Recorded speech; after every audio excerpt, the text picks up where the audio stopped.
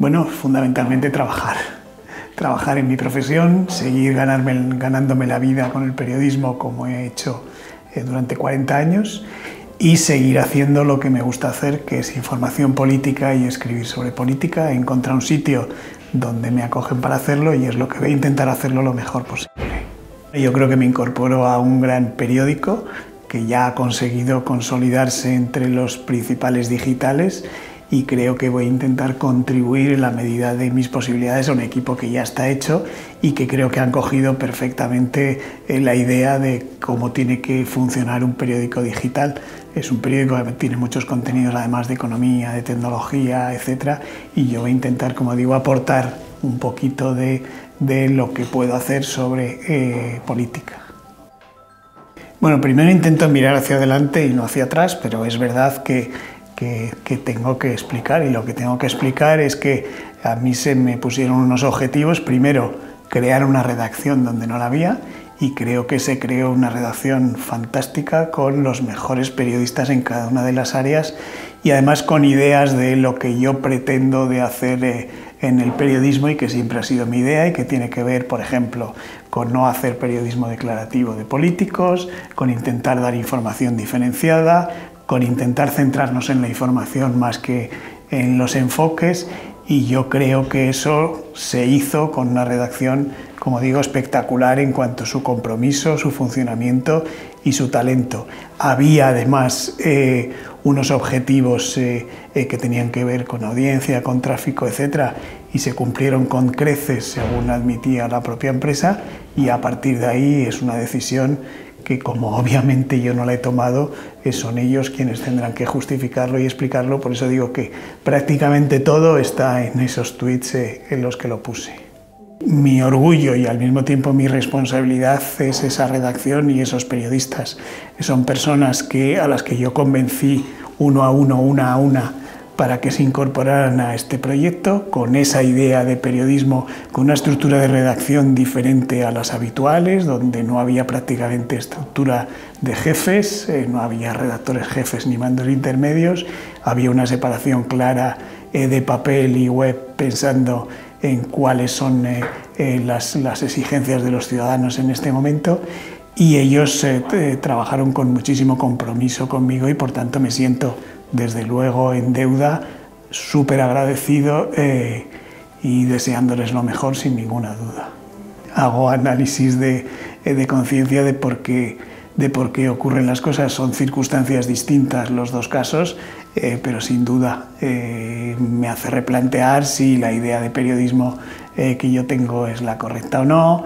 si tiene que ver con intereses empresariales o de dueños, etc. Entonces, esa autocrítica, por supuesto, primero porque soy una persona muy autocrítica y además porque creo que en cualquier profesión que tenga que ver con algo intelectual, que no sea mecánica, sino que sea tan subjetiva como es el periodismo, creo que esa autocrítica hay que hacérsela cada día sobre lo que se hace, y evidentemente me siento orgulloso de esas dos etapas, pero seguro que desde el punto de vista de quienes tomaron las decisiones hay algo que no estaba bien hecho. Sí lo creo firmemente que en los últimos años hemos dejado pasar algo muy importante en el periodismo, que es nada menos que la información. Y nos hemos centrado o hemos hecho creer a mucha gente que el periodismo es opinión, que el periodismo es valoración o incluso en algunos casos sectarismo. Y no, el periodismo es información, es contar cosas, y eso es lo que yo intentaba hacer y es lo que intenté hacer en el periódico que dirigí en ese poco tiempo. Y creo, por tanto, que hay que valorar a las personas que hacen información, no solo las que están en la calle recogiendo la información, sino los que están también en una mesa procesando esa información y que son tan importantes como los otros. Creo que especialmente en un periodismo como el digital, en el que se va muy deprisa, tiene que haber personas que trabajen bien en la mesa y que sean capaces de hacer una última hora, de adelantarse al resto de medios para dar una noticia esa exclusiva, y creo que el valor de la exclusiva, de adelantarse, de contarlo antes, creo que es un valor que, en mi modesta opinión, hay que reivindicar cada día. Bueno, eso es la gran pregunta, especialmente la publicitaria, que es la que hace que los medios sean viables. Creo además que la independencia de los medios y la libertad de los medios en este momento no está tanto en la legislación, que en España no tenemos un problema de legislación que coarte la libertad de expresión, pero sí está en la independencia económica de esos medios, en que puedan resistir presiones de empresas, de anunciantes, etc. Eso por un lado. Por otro, es verdad que la tarta publicitaria hace que sea mayor el número de porciones que hay que hacer en función de los medios. Por eso hay que ir a vías alternativas, que es la de las suscripciones. Yo creo que hemos dejado pasar los periodistas mucho tiempo en intentar convencer a la gente que la información cuesta dinero, que hay que pagar por la información, que de la misma forma que antes se iba al kiosco y se pagaba por un periódico, ahora hay que hacer lo mismo. Por fortuna ha empezado ya en España en los 2 últimos años y creo que va relativamente bien en muchos medios digitales que lo han implantado, y yo creo que esa es un poco la vía que hay que hacer. Antes el negocio del periodismo era muy sencillo,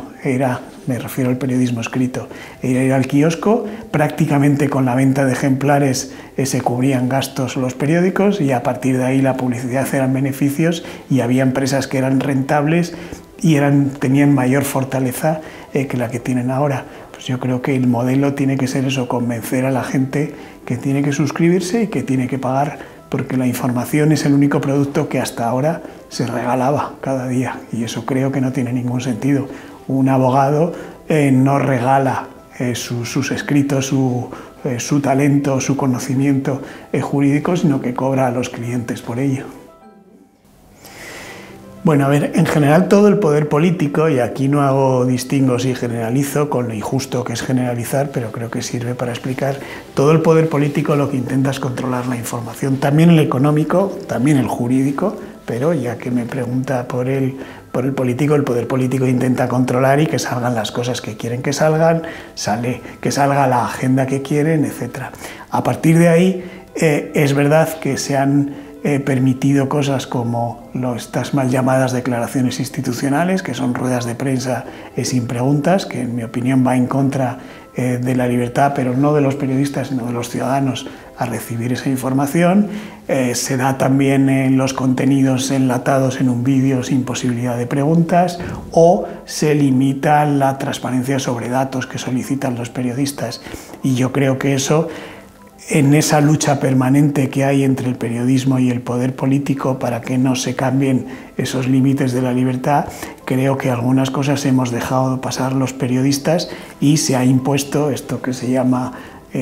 Moncloa a la hora de sobrepasar esos límites, pero creo que tenemos que intentar reconquistarlos en la medida de lo posible. Pero insisto, yo creo que todo el poder político es voraz en intentar conseguir que se publique lo que ellos quieren, y esa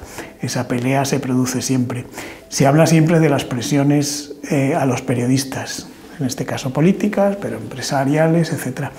Yo creo que el problema no es que haya presiones, el problema es que se ceda a esas presiones. Es más, creo que un medio o un periodista que no recibe nunca presiones de ningún tipo, lo que tiene que plantearse es si es irrelevante o no, porque lo que publica no tiene ningún tipo de eco ni provoca ningún malestar a nadie. El problema es cuando esas presiones sí se trasladan a los contenidos y el medio o el periodista se pliega a esas presiones. Bueno, sería muy atrevido por mi parte juzgar la libertad con la que funciona cada uno de los medios, y por eso prefiero generalizar mejor que particularizar. Yo creo que todos, en la medida de lo posible, intentan subsistir y funcionar dentro de ese margen de libertad que, insisto, da quiénes son los anunciantes, qué dependencias económicas tienes, qué dependencias políticas tienes, pues porque hay medios también que tienen en cada una de las comunidades autónomas, o en algunas comunidades autónomas, lo que se llama acuerdos institucionales con gobiernos autonómicos o con empresas. Cada uno sabrá hasta qué punto eso le limita o no. Y, insisto, cuanto más fortaleza económica tenga el medio, no cuanto más grande, sino cuanto más fortaleza económica, que no es exactamente lo mismo, tendrá más capacidad para resistirse a esas presiones, a esas limitaciones de castigos, de publicidad si publica determinadas cosas, etc. Pero yo creo que quizá en España es por ahí donde más riesgo hay para la libertad, más que en temas jurídicos, que no me parece que en España se limite la libertad de expresión o la libertad de los periódicos por la vía judicial, me parece. En el caso concreto de Moncloa, el reparto de la publicidad institucional está muy tasado y muy controlado por criterios objetivos. Sí creo que en algún momento esos criterios van a ser revisados, porque ahora tienen que ver estrictamente con tráfico y con audiencia, y a veces eso no refleja la calidad o otras características que pueden tener los medios, y creo de hecho que en Moncloa se está trabajando en eso, pero no sé hasta qué punto se terminará haciendo ni de qué forma. Yo creo que tiene más que ver la económica que la política. Como digo, depende que un medio pueda subsistir y que pueda tener esa fortaleza para salir cada día, para pagar a sus periodistas, porque también otro de los males que no hemos hablado es en algunos casos la precarización de los periodistas, en qué circunstancias están, si las redacciones son suficientemente potentes o no, si el periodista tiene margen suficiente como para elaborar una información durante el tiempo necesario, o las redacciones son tan cortas que tiene que actuar tan rápido que a veces no da tiempo a hacer esa exigencia de comprobación y contraste. Es decir, yo creo que tiene más que ver con la situación económica que con otra cosa. Es decir, los grandísimos periódicos, por ejemplo, y hablo de España,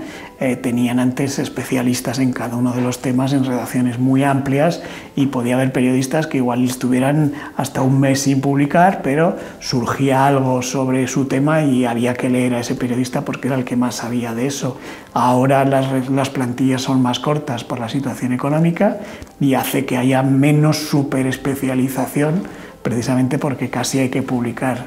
diariamente. Es decir, a la prisa de los medios que tiene que ver con el online y la exigencia de los ciudadanos, se junta también la exigencia de plantillas más cortas en las que hay que hacer más temas en menos tiempo. Bueno, yo creo que primero hay que tener muy claro que las redes son fantásticas, para los periodistas son un instrumento buenísimo para medir y recibir también referencia del otro lado de cómo se reciben las informaciones, pero no son periodismo. No es periodismo porque ahí no se contrasta, pero sí sirve para recibir la opinión de los ciudadanos, porque los ciudadanos ahora quieren opinar, no solo recibir opinión, y por lo tanto está muy bien. Uno de los retos es el de los bulos y las noticias falsas. Yo creo que eso es muy, muy importante y los periodistas tenemos que saber reaccionar a eso. El siguiente reto es conseguir que haya empresas fuertes y medios de comunicación fuertes que puedan subsistir en esta situación de reparto, mayor reparto de la misma publicidad prácticamente que había antes. Y luego en los medios digitales, yo creo que lo que tenemos que hacer, y se está haciendo creo muy bien, es adaptarnos a las nuevas exigencias de los ciudadanos. Ahora los ciudadanos exigen mucha más velocidad en la información y hay que saber, los ciudadanos tienen que saber que eso tiene un riesgo. Y tiene el riesgo de que una crónica que antes, cuando yo empecé en el periodismo, tenías hasta el día siguiente para publicarla y tenías toda una tarde o todo un día para hacerla y trabajarla, ahora hay que hacer instantánea y por tanto el margen de error es mayor que el que había antes. Bueno, los ciudadanos tienen que saber que su exigencia de consumo es información más rápida, pero que tiene una contrapartida, y es que se elabora en menos tiempo que lo que se elaboraba antes. Todo tiene un beneficio y un perjuicio. El beneficio es tenerlo antes, pero el perjuicio es tenerlo con menor tiempo de elaboración que había antes. Yo creo que tienen que adaptarse a los tiempos. Lo que ha cambiado en el periodismo tiene que ver con la velocidad y con los tiempos. Y supongo que las agencias de comunicación también tienen que adaptarse a eso.